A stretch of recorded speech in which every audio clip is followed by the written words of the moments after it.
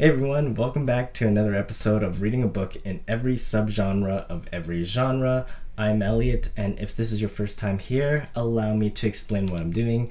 I want to read more books, and I'm using genres as a way to direct myself towards books that I might not have picked up otherwise. There is a lot to discuss today, so no time to waste. The genre we'll be exploring this time is Absurdist Fiction, and the book representing that is Antkind by Charlie Kaufman. Before we get started with the book, let's talk about absurdist fiction. What is it? Well, absurdist fiction can often be categorized as comedy, as in dark comedy or satire, or even nonsense, but the actual defining trait of an absurdist fiction is that it tends to have a character who is suffering from an existential crisis, trying to understand what his or her purpose in life is. And boy, does the character represent that. This is a book about a man who gets more and more pathetic as the story goes along. And I fell in love with the narrator right away, right from his first train of thought where he talks about growing out his beard as an act of protest because, hey, he doesn't really care how he looks. This character is like the most dramatic version of white guilt, and I feel like any white man who is suffering from their own self-loathing should read this, because this is probably your actual thought process. I love that the main character is a movie critic and a bunch of surreal stuff happens, such as him watching a 3-month-long movie and then the filmmaker dies and the film gets destroyed and he needs to embark on this journey to remember it and recreate it. But he doesn't know if he's doing it for art or if he's doing it for fame. Hence the Absurdist Conflict. I love how this book balances out surrealism with reality by referencing things like corporate America, such as Amazon, Starbucks, and Dunkin' Donuts, and celebrities such as Christopher Nolan, Judd Apatow, and Wes Anderson, and grounding conversations around PC culture, which is totally current right now. Things like racism, gender identity, feminism, and checking your privilege. All this kind of makes the surreal stuff feel real and possible. Charlie Kaufman uses repetition so well in this book that it makes you feel like you're a part of an inside joke, such as when he's talking about his girlfriend and how famous she is and how African American she is and how if he was to tell you her name, you would know who she is, but he's not going to tell you her name. This book has some heavy topics and some controversial ideas, but it never takes itself that seriously, and it doesn't want you to either. It goes as far as being a little self-deprecating. At one point you realize Charlie Kaufman, the filmmaker, is actually referenced in this book.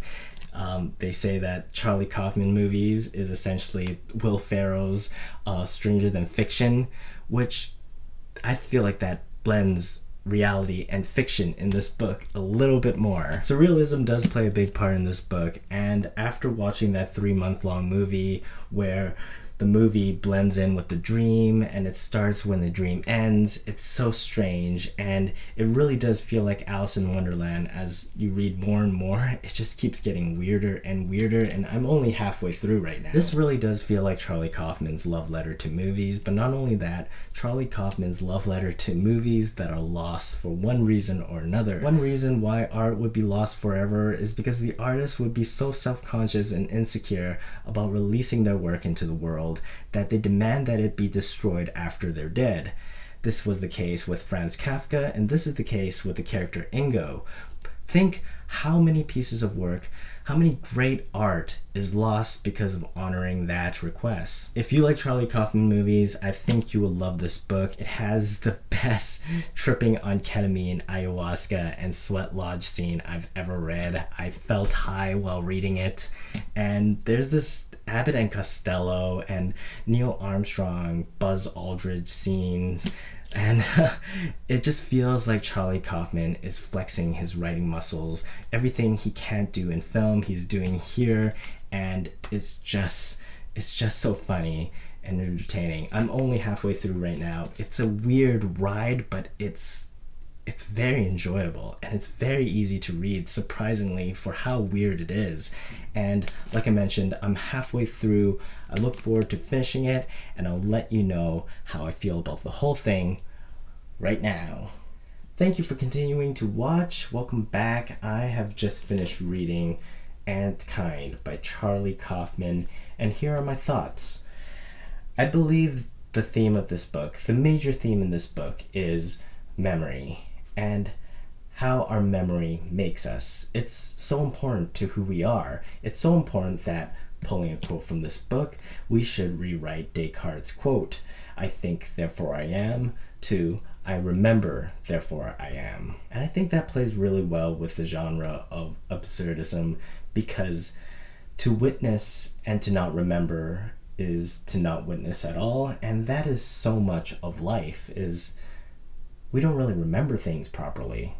So did we even experience it properly? Another thing this book brings up is the line between memory and imagination, and how sometimes we can accidentally cross it, and that's how misinterpretation and plagiarism occurs. That was what happened when those doppelganger bees remade Engel's movie, but not to the way the narrator remembers it. It felt like the narrator's identity was stolen. It felt like his life work was stolen, and it wasn't even done right. This book also brings up the concept of remakes. We are surrounded by remakes these days, and it brings to question, why does this version even matter? What makes it better? What makes it worth existing? The second half of this book is not as good as the first. It definitely falters a bit and gets a little repetitive at the end, but there are some really good parts. It was actually really trippy reading the scene where the narrator confronts his doppelganger, and you're just rereading the same scene over and over, but it's actually really funny, and it's such a strange reading experience. Another part that I absolutely loved is the Donald Truck scenes. Yeah, Donald Truck, not Donald Trump. And you're just inside of the brain of the former president as he goes through his day feeling like a genius, but actually thinking all these idiotic thoughts. And it's just so funny. And it's as funny as any SNL sketch. And it just proves that if you want to get back at someone, writing fiction and humor is such a sophisticated way of doing that, especially putting it 400 pages into your 700-page book. Like, you know the president is never going to read that, so it's kind of like an inside joke for us. Yeah, the Donald Truck scenes really made the second half, especially the scene where there's thousands of Donald Trucks and he's ranking his favorite ones.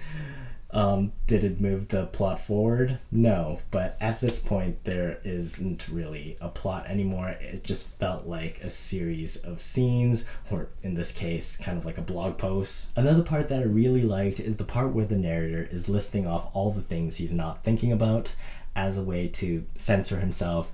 He's not thinking about all those sexist, racist thoughts. He's censoring himself, except the act of censoring himself is the act of thinking about those things.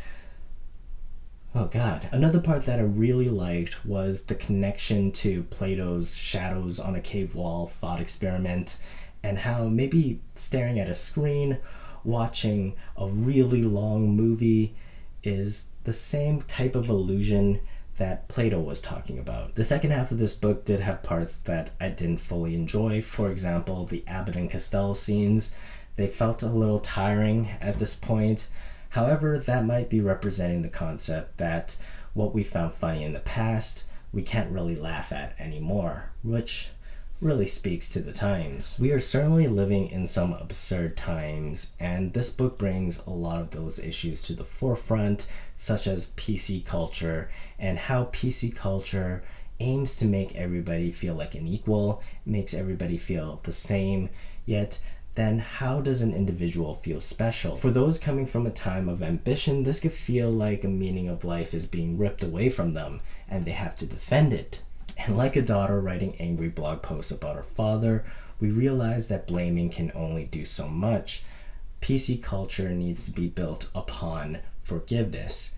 Complaining and shaming really doesn't help. That's it. Those are my thoughts on Antkind by Charlie Kaufman. It is honestly a very funny book, a very unique read.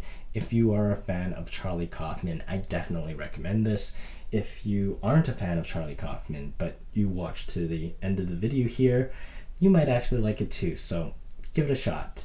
Like I mentioned, the plot could have used a little bit more work, like a little bit more sturdiness, but it was honestly a very enjoyable experience all around. I'm Elliot, and I'm reading a book in every subgenre of every genre. If there is a book you want me to check out, just leave it in the comments below, and I'll see what I can do. If you want to check out more book discussions, there's a playlist right here for you. And for more videos about writing and the creative process, don't forget to subscribe.